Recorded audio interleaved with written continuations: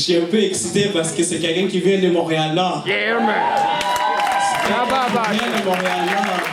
Il est quelqu'un de calme, mais c'est quelqu'un de gentil. Il est tellement gentil que son nom de famille s'appelle Gentil.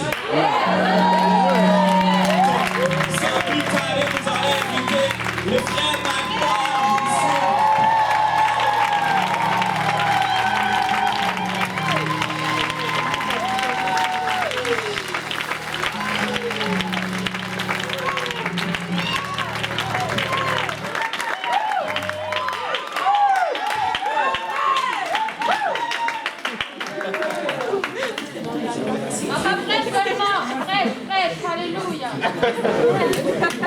Je remercie Dieu pour cette opportunité qu'il me donne de parler de lui.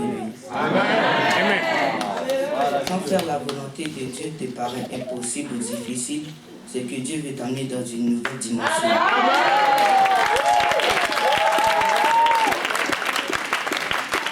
Donc il faut obéir. J'aimerais dire à quelqu'un que tu ne crois peut-être pas que Dieu peut agir ou qu'il peut guérir cette personne, mais j'aimerais te dire que par ton obéissance, si tu pries pour cette personne, Dieu peut agir.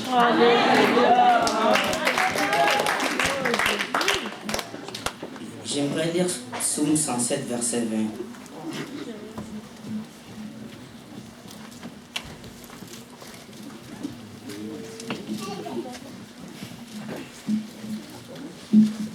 Il envoya sa parole et les guérit. Il les fait échapper à la fosse. Je sais qu'on vous l'a dit souvent, vous êtes peut-être tanné, mais Dieu te dit qu'il t'aime. Même si tu ne le sens pas, même, ou que tu ne le vois pas, il t'aime. Admettons que Dieu te dit qu'il va te donner une voiture. Donc il a parlé et il a dit qu'il allait te le donner. Mais l'erreur qu'on fait, c'est que pourquoi il faut que tu le vois. Toi a été créé par la parole. Pour créer la terre, Dieu a parlé. Donc quand Dieu te dit qu'il va te donner quelque chose, c'est que dans sa parole, il y a la chose.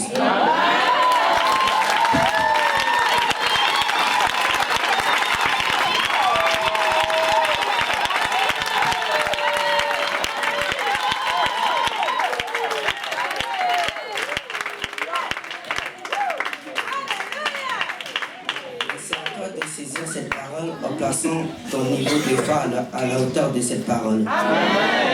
Je vais vous expliquer. Admettons que quand Dieu envoie sa parole est là. La plupart du temps, notre foi est ici. Mais c'est à nous d'élever notre foi à la hauteur de cette parole.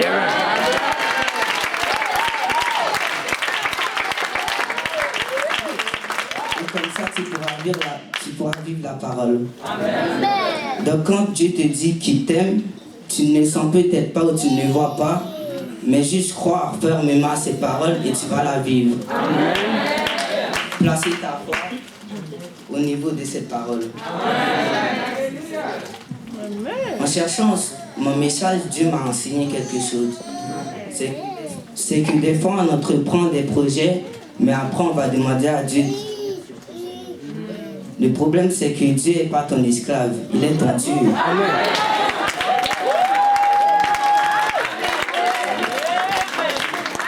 Quand tu dois prendre un projet, il faut demander à Dieu son avis. Et c'est là que tu pourras demander à Dieu de bénir ce projet. Moi, je suis allé chercher le message par ma propre force. Je me suis dit que j'allais chercher un message et que j'allais demander à Dieu de le bénir. J'ai regardé à ma volonté, pas à cette... Si tu mets ta confiance sur quelque chose ou pour faire la volonté de Dieu, Dieu va détruire la chose auquel tu t'appuyais pour que tu t'appuies sur lui. Donc quand j'ai vu que j'avais aucun message, et de l'aide. Quelques minutes après, mon grand frère m'a envoyé acheter quelque chose et j'avais pour habitude, même si je ne recevais pas de réponse, je continuais et à un moment donné, Dieu a commencé à me parler souvent dans la rue en marchant. Quand le Saint-Esprit voit que tu lui portes de l'attention, il va s'approcher de toi. Donc quand je suis allé acheter la chose, je m'attendais à ce que Dieu me parle, mais rien. Mais j'ai dit à Dieu, on va le faire ensemble.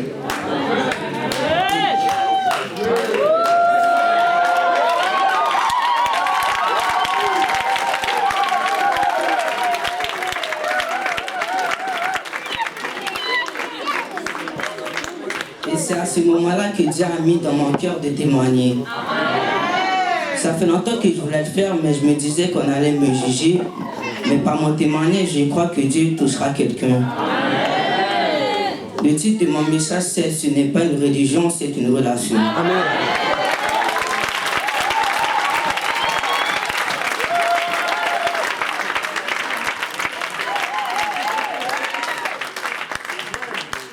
La religion, c'est ce que les hommes ont créé pour atteindre Dieu. Mais la le micro.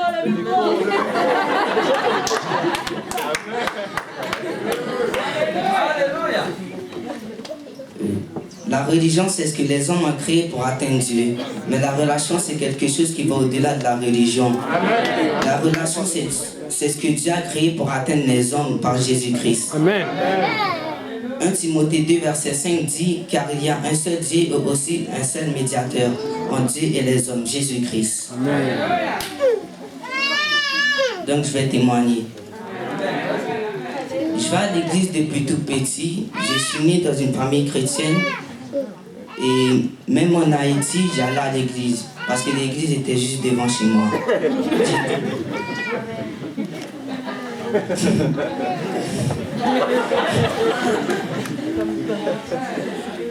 Quand j'étais revenu d'Haïti, Vivant m'a amené à Montréal-Nord. Mais il me manquait quelque chose. Pour moi, Dieu n'existait pas vraiment. Je priais, mais je ne m'attendais pas à être exaucé. Pour moi, c'était comme un rituel.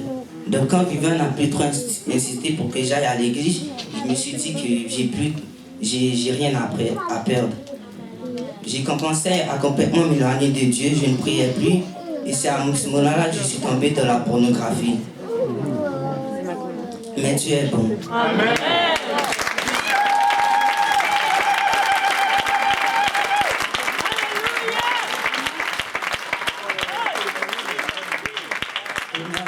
Le verset 28 dit que toute chose concourt au bien de ceux qui aiment Dieu.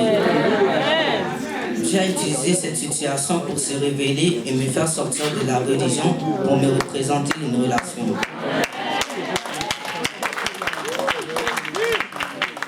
J'ai voulu sortir de l'impudicité par moi-même, mais en voyant que j'y arrivais pas, j'ai laissé tomber.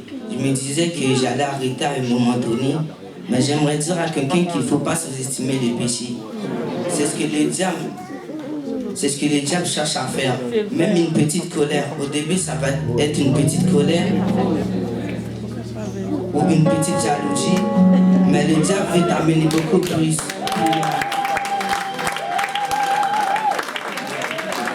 Cette colère peut t'amener à un meurtre. Donc ce péché que je faisais aurait pu aller plus loin. Mais Dieu m'a fait grâce. Il n'a pas laissé esclave de ce péché. Comme je l'ai dit, je me disais que ça allait passer, mais à chaque fois que je péchais, j'avais une culpabilité. Et c'est en voulant enlever cette culpabilité que je me suis tourné vers Dieu. Proverbe 26, verset 6 dit que instruis l'enfant selon la voie qu'il doit suivre, et quand il sera vieux, il ne s'en détournera pas. C'est pour ça que quand j'ai été dans une impasse, je me suis tourné vers lui. Mais pas de la bonne façon. Je demandais pardon à Dieu, mais je lui disais aussi que j'allais plus pécher. C'est bien, mais je pensais que comme j'allais plus pécher, Dieu va me pardonner. Mais tu ne peux pas effacer un péché par toi-même. C'est l'œuvre achevée à la croix que Jésus.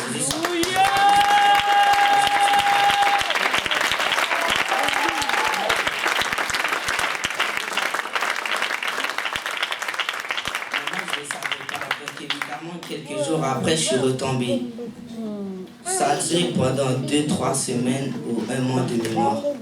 À un moment donné, je réfléchissais par rapport à ça et j'ai décidé de taper obéissance à Dieu sur mon navigateur. Je suis tombé sur un site et il y avait un article Et cet article, c'était celle d'une femme que Dieu a beaucoup utilisée pour me parler par la suite. Et en bas de cet article, il y avait une prière. J'ai fait cette prière sincèrement et par cette prière, j'ai donné ma vie à Jésus. J'ai refait la même chose sur YouTube et je suis tombé sur une vidéo du pasteur Serge. Aïe, aïe.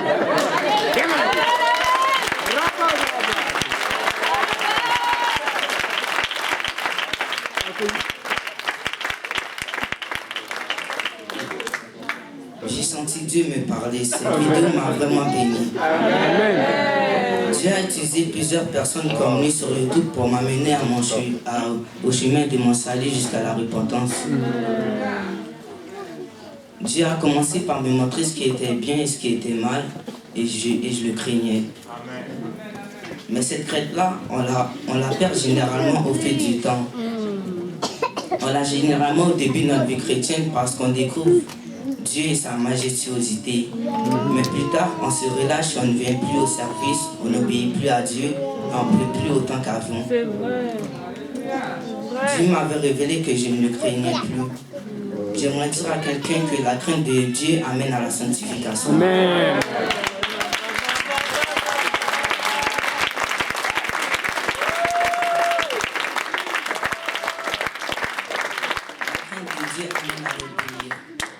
Quand je parle de crainte, je parle de respect envers Dieu.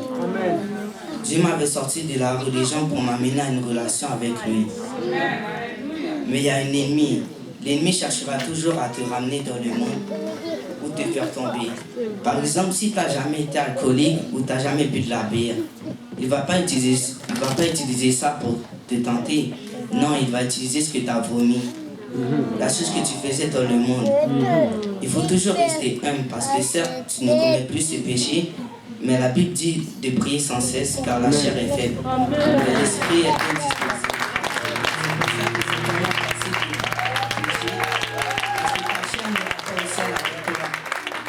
Ne se soucie pas de ton éternité. C'est pour ça que la parole de Dieu dit marchez selon l'esprit et vous n'accomplirez pas les désirs de la chair. Je sais que c'est dur de crucifier sa chair, soumettre ta volonté à celle de Dieu.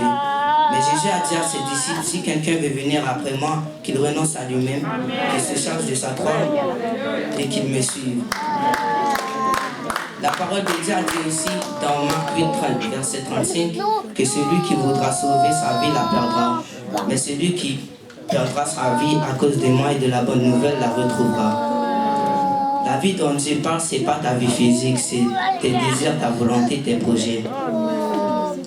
Donc j'aimerais dire à quelqu'un que Dieu existe. Je ne peux pas te le prouver moi-même, mais je sais que lui, il peut te le dire. Il souhaite avoir une relation avec toi. Il souhaite devenir ton père. Un père s'intéresse à la vie de son enfant, de ses passions, de ses projets, avec qui tu traînes. Dieu aussi s'intéresse à ta vie. Amen.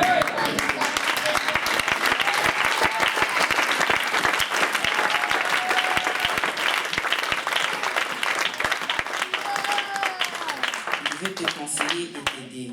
Je ne sais pas quel problème tu as actuellement, mais je sais que Dieu est la solution à tous les problèmes. Obéis à l'évangile, offre-lui ta vie. Il a des projets de paix pour toi et non de malheur. Que Dieu vous bénisse.